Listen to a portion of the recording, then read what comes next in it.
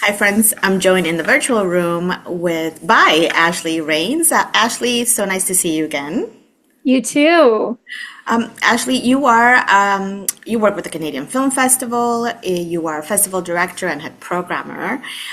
For folks who might not have seen us speak before, maybe what's the rundown? What sort of your role at Canadian Film Fest these days? Yes, as you said, I'm festival director and head programmer at Canadian Film Fest. And CFF is this year, we're a 6-day festival celebrating the 19th edition.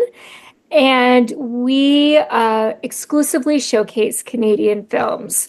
So in our programming this year, we have 16 feature films, we have 50 short films, and we have 14 industry series events from Monday, March 24th to Saturday, March 29th at Scotiabank Theatre. And it is a huge celebration of Canadian filmmaking talent. 19 years. Can you believe that? I can't because I don't think I'm old enough to have been around for this long. Now, I haven't been with the festival for 19 years. I've been for 10, which also this year is my 10th year, which also just feels like Oh, big congrats. number. But it's so exciting to me that the festival, it's celebrating its 19th edition. To me, it just speaks to the need for a festival like this to showcase Canadian talent, to amplify Canadian stories and voices. Uh, and we're really excited for this edition and also looking forward to next year when we celebrate our 20th. Absolutely. I think this is our landmark years for you. Yeah. Well, this year for you personally, and next year for the festival. So you are Yes. correct. It is a Canadian-only film fest, which is a highlight that we all look forward to through the year. Um, Hmm. so maybe for before we get into like the nitty-gritty of the festival scheduling, we could talk about any themes that you might have heard from your programming team that kind of came up this year in their screening process, and then we can kind of talk about some of the features perhaps. Yeah. I think we find when we program for the festival, we find themes organically, Hmm. uh, meaning there's always certain discussions filmmakers are having that come through year to year. Um, this year, I think there's a lot of subject matter that deals with grief, but also empowerment. And then also comedy. We're seeing a lot of comedy come through the festival as well this year. So it's exciting to see the variety of content that's coming through and the different themes that filmmakers are exploring in their work. Hmm. And I think grief and comedy make sense because I think they go hand in hand. So I'm kind of not surprised. Yeah, and I think, what filmmakers are talking about is a reflection of what we've collectively gone through over the Hmm. past, 4 or 5 years. There's a lot of feelings and experiences that are being touched on. So, to your point, they do go hand in hand and they complement each other and are certainly reflective of like the emotional experiences. I think so. So if it's okay with you, I do want to Hmm. highlight some features that maybe, we can speak to. I think it's always good to mention the opening night film because that's Monday night, which is one that I previewed and I liked, I loved. Oh, Darkest good. Miriam, by Naomi J. What can you say about this film from your point of view? I think Naomi just has an incredible eye as a director. Uh, the look and feel of the film, the subject matter, the way she works with actors, the performances. She's such a command on her craft, and she's told a really moving and compelling story. Uh, I'm This is her second feature film, and I'm Mhm. so proud that Canadian Film Fest has a platform to share it with Toronto audiences. Um, and I'm really excited that it's opening the festival. It's also set in Toronto, which we Mhm. love, and in our library system, which I also love. It's exciting to have a film that truly like celebrates the city as well that it's set in. Absolutely. And I think it's also interesting because we have Britt Lauer who plays Miriam. And I know she's Hmm. garnered quite the following now because she's in a big series at the moment called Severance. Yeah. So I think, if anything, it would also help the film, in kind of giving it more. Yeah, I mean, Severance is such an awesome show, and I haven't watched season 2 yet. Everyone's Yeah. asking me.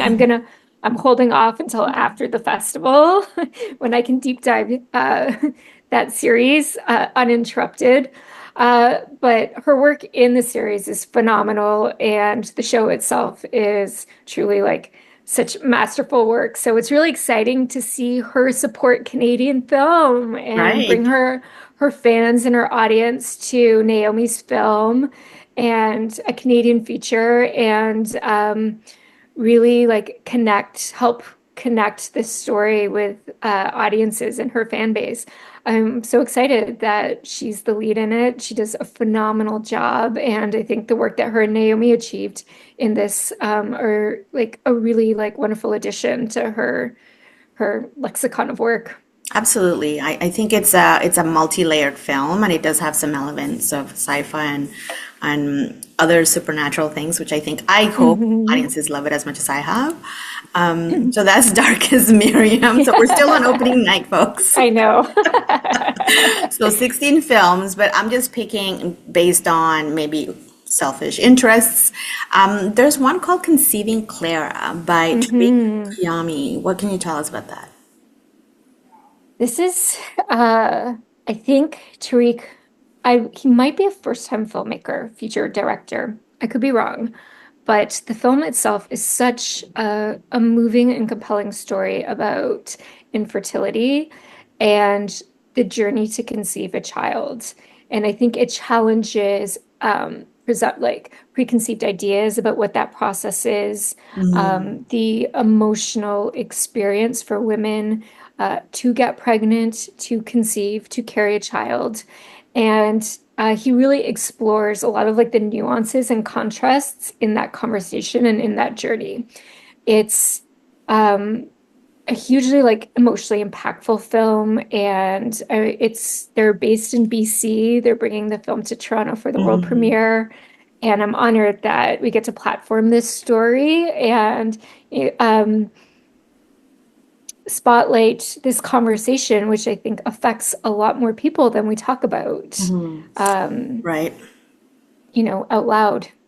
I think so. I think I just had recent conversations with friends, hmm not just women, but in general, friends of different orientations. So I think it's very timely. I also think it might have a bit of a cultural component that I think will be interesting as well to explore in terms of expectations Exactly. based on, we are women of specific cultures and of course age. Yeah, So I'm very, exactly. I'm very curious as well about conceiving Clara. Excuse me. There's one that is also kind of jumping out. It's from Ontario called The Kilgren, and that's by Joanna Stanis. Yeah. I am, You're you know what? laughing. Why is that? I'm laughing because I First one. love a good genre film, and I don't know if I should say it, but I'm gonna say it here. We're almost sold out for this Ah, screening. no, say it because I think it's good, and maybe you gotta rush people. Yeah, if people are listening and you want to see this film, buy your tickets now. Watching the response to this film in terms of ticket sales, I'm so excited for Joanna. The film is so strong, it's so good. It is like excuse me, I'm getting over a cough. Um, it's truly like a great genre film, and I think audiences are going to really respond to it. So it's playing on Wednesday night of the festival, and yeah, get your tickets now. Now, I agree. I mean, I love me some genre films, as you know, so of course it's going to Yeah. be on my radar. But also on my radar is another indie filmmaker who I've connected with over the years because her work is just so interesting, called Crocodile Eyes by Mm, Ingrid Benninger. And she's also from Ontario. And I think she's always got an interesting perspective in like the human experience and mhm. relationships. What can you tell us about Crocodile Eyes? Ingrid gave herself such an interesting challenge with this film about finding truthful moments and then finding truthful moments within the construct of film. And she really, truly like surrenders herself to the medium in terms of the subject matter and what she's w willing to share with audiences. And I think there's really interesting like self-awareness as she moves through this process of documenting her life as well as like curating it and editing it for a Hmm. film. Ingrid, historically she does such interesting work with the medium, and I think she's created a really interesting documentary here. Hmm. And I think this is going to be such a great challenge for audiences and some really, truly like moving relationships that she explores in this, like including with her daughter Yes. and her father, uh, which, to me, like really like were emotionally impactful. So I'm happy that she's premiering it with CFF. Hmm.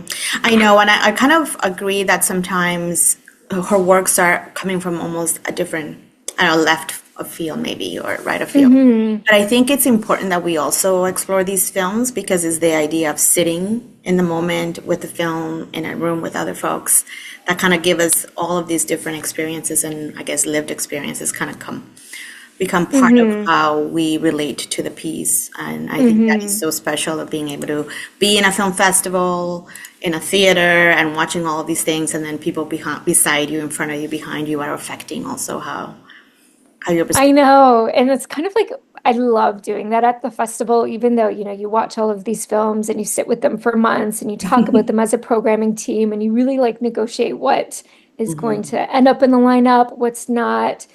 And then they get to the theater, and then I'm like, well, now I have to watch it with the audience because this is the moment we're waiting for. It's to Right. sit in the theater and have this communal experience and go on these emotional journees collectively. So, Ingrid's, yes, I'm so excited to put it up in front of an audience and be there and to experience it with everyone, to your Yeah. point. And I think it's tying back to the point where we're saying we've gone through a lot in the last few years. So it kind of makes sense that we're bringing these things back to a communal experience as much as we can. Hmm. Some Hmm. films are like earlier, some are later. So we understand that not everybody can come to all the screenings. But I think these are the ones But that it, have others that stood out for me. But I also want to ask you what you want to share with us because I can have my picks, but I want to hear your picks. All of them I Oh, know. I know. This is such a hard question for me. It's like someone Always. asking me to like choose my favorite Beatle. How do you I don't, choose? you know what, Which, I would say maybe not favorites because I think obviously the lineup, yeah. 16 films, they're all really excellent. I'll put the website so people know where to go. But I think maybe for you in terms of what you want audiences to experience, because we talked about genre, Hmm. documentary. I think, if I brought it back to your question earlier about themes, I think there's some films in the festival this year that really speak to current events and conversations happening within Canada, happening globally that deserve further conversation and consideration. So I'd recommend Larry, They, Them to Mm-hmm. audiences. This is um, a conversation about the trans community and a journey in that process and identity. And I think, there were a lot of really relevant topics and conversations in that I'd love audiences to see.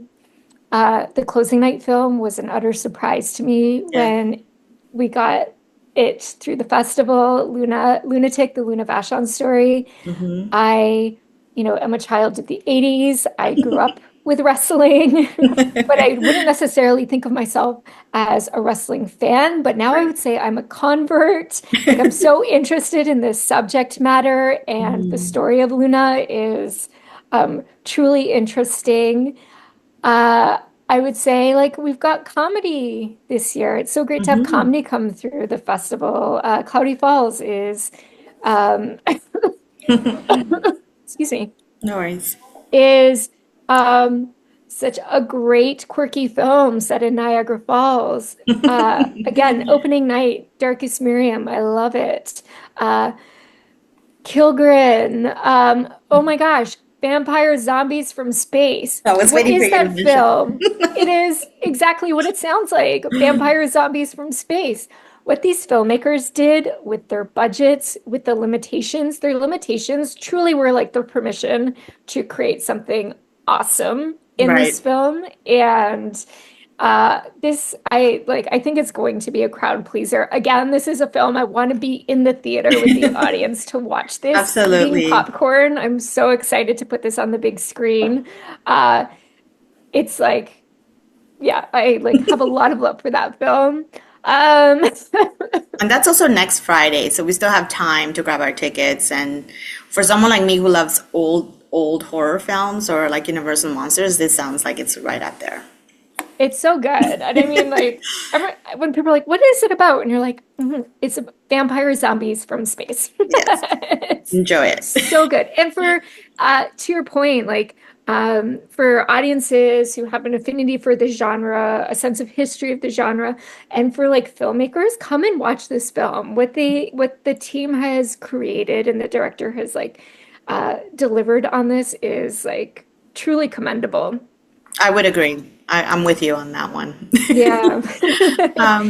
Anything else that's jumping out in terms of, or maybe maybe, what about, we have a film from Quebec too. Yeah, we Looks quite do. We've interesting. got Waiting for the Storms. This is also a really interesting film that deals with like topical themes, but the format is really interesting Mm. and challenging. And it's a bit different than what we've programmed before, but it's like a beautiful film. It's stunning. And I really hope it deals with the climate crisis, and I hope audiences respond to it. So, and it's preceded by a short film called Greenhorn, Hmm. which is also just like an exceptional short film. I do want to shout out all the short filmmakers that are part of CFF Yes, please. too. There's such a strong component of the festival, and some of my favorite programming that we do year over year. This year we have 50 short films from coast to coast Mhm. in all genres, in English, in French, and various languages. Um, and I think in our shorts programming, it's really when you see the future of like Canadian film as well, like those 100%. up and coming voices, filmmakers who are dealing with really interesting subject matter or who are working really creatively within the form. Exceptional talent. I'm always excited about the short films too. And before Mhm. every feature film, we also have short films. Um, Now I'm gonna like say all of the features. Skeet is like an amazing film from Newfoundland. It was filmed over 15 years with the same cast. Wow. Again, dealing with um, really like interesting relationships and dynamics there. What else? What else? I'm gonna say The Players is great. That looks at um, the world of acting and Mm. the abusive relationships and dynamics in the community and empowerment in that community. To the Moon is from Nova Scotia, Kevin Hartford. It's like a romantic comedy drama. Kevin is an alumni of the festival, and this is such a moving documentary. Sorry, not documentary. Feature about a father and a daughter and coming of age. Again, I'm trying not to give too much away about all the I know, films. I know. um, and then the other documentary which I think is going to be a crowd pleaser is Gold Bars, Who Gold the F bars. is Uncle Mhm. Ludwig. Um, this is by director Billy Mintz. And it is about a man who's convinced a friend slash colleague has um, stolen Nazi gold. Mhm. And that is what I'm going to say it's about, but it's really not about that at all. Mhm. It's Mhm. about relationships and people. And Billy, in this documentary, really like plays with the structure of the documentary. And he presents the story in such an interesting way that I still want to know what happens after it's over. Like, Right? I'm very invested in this story right now and can't wait for him to be here in theater with us at the Q&A because I have lots of questions for him. That's great to hear because I find that that's usually the case with great documentary filmmaking where you're so invested from beginning to ending, Hmm. like you want to know what happens.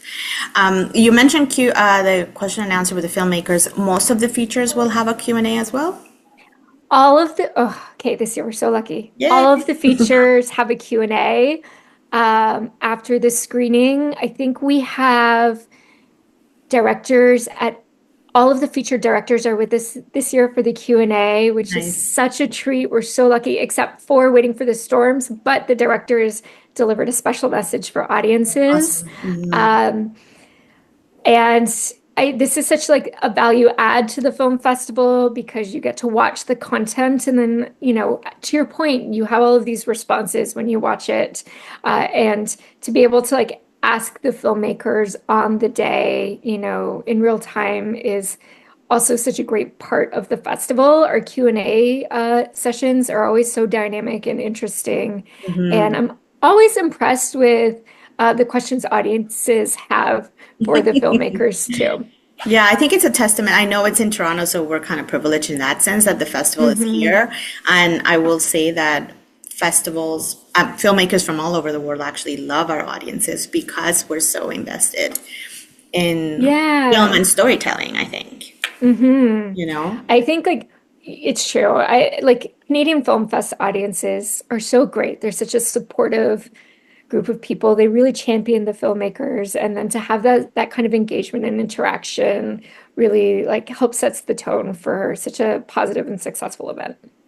I think so. I'm not gonna forget. I want to make sure that people know what the website is canfilmfest.ca because we're talking about, Q&As and tickets and all these great films and also the short programs. So, is it two short programs that you have this year? Did I miss something? No, we have Oh, you five have five. shorts. Okay, so my Yeah. notes are not organized. I That's apologize. okay. No, we have shorts program Tuesday, Wednesday, Thursday, Friday, Okay, nice. and Saturday.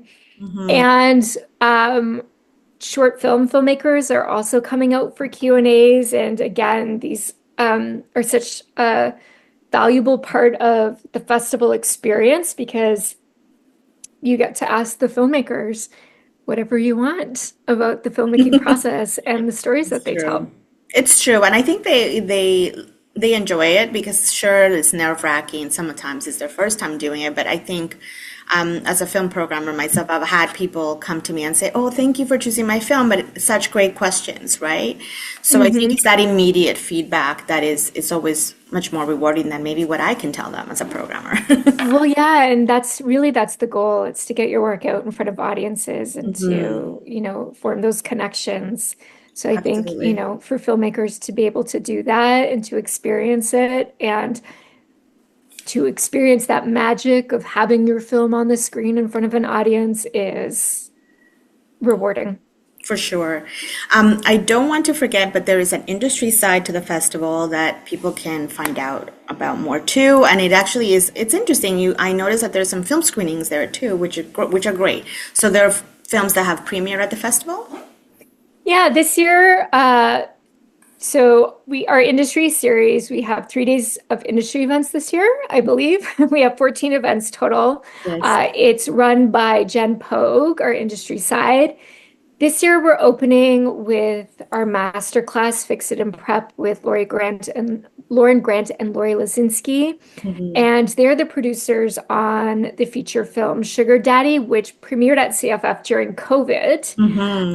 So for their class, it's called Fix It and Prep, and they're doing a session on getting your project in the best shape in pre-production so you can move everything smoothly into production. Right. And we're truly like fortunate to have them because they have just awesome careers in the industry and so much knowledge to share. But it made sense to us to screen Sugar Daddy this year because it premiered during COVID, so it wasn't in theaters, but it directly speaks to the work that they did. So it's a Right. nice tie-in to actually now put it up in front of audiences. It won Best Feature at the festival in 2021. I believe it won Best Director, Best Actress, so multiple awards. So now to share it with an audience is great.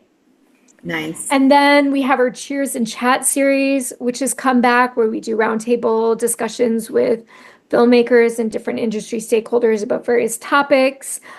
We have panel discussions, and we also have our uh, Igniter Showcase series and Yes. our You Can Pitch series as well. So there's a quite a variety of content this year. I think it's essential for every Canadian filmmaker to come, regardless of your skill level. There's something on offer Mhm. for everyone.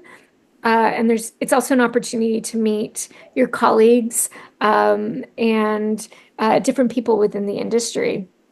Yeah, I'm glad you mentioned that because I will say that these are the festivals that are mid-size, or where Hmm. the idea or the opportunity to even network is a lot easier. And I think everyone, like you said, is so supportive. Like for the most part, my experience is people are happy to connect. Yeah, So, exactly. And that's it. This is a festival where you can go up to the director of a feature film, or you can go up to a panelist and you can have a conversation and make those connections, or you can go to like the cocktail reception and everyone's there. mhm. Um, and we are like part of a community. So we're all there to support each other and to help each other out and meet new people. I love it. Thank you so much, Ashley. In the Thank you. interest of time, I'm gonna end here. But again, canfilmfest.ca is the website. Mhm. Industry programming, 5 short programs, and 16 features plus shorts. So lots of movies Yes. to choose from. Such excellent Yes. work, Ashley. Thank you so much. Thank you, Heidi.